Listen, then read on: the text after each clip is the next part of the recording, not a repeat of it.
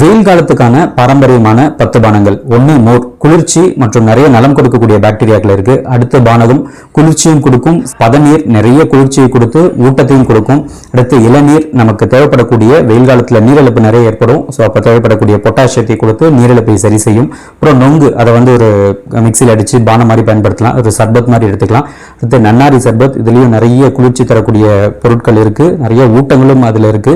நல்ல ஒரு இனிப்பான ஒரு சர்பத், இயற்கையாக கிடைக்கக்கூடிய ஒரு இனிப்பு. அதை போல லெமன் ஜூஸ், எதுவுமே ஏற்படக்கூடிய நீரிழப்பை தடுக்கும். ஸோ அதுக்காக எலுமிச்சை சாறு, சாத்துக்குடி ஜூஸ் இந்த மாதிரி எடுத்துக்கலாம்.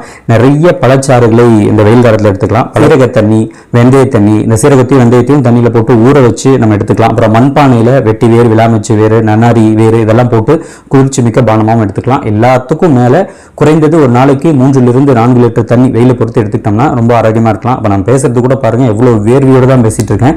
உடனடியாக போய் ஒரு பானத்தை தான் குடிக்க போகிறேன்.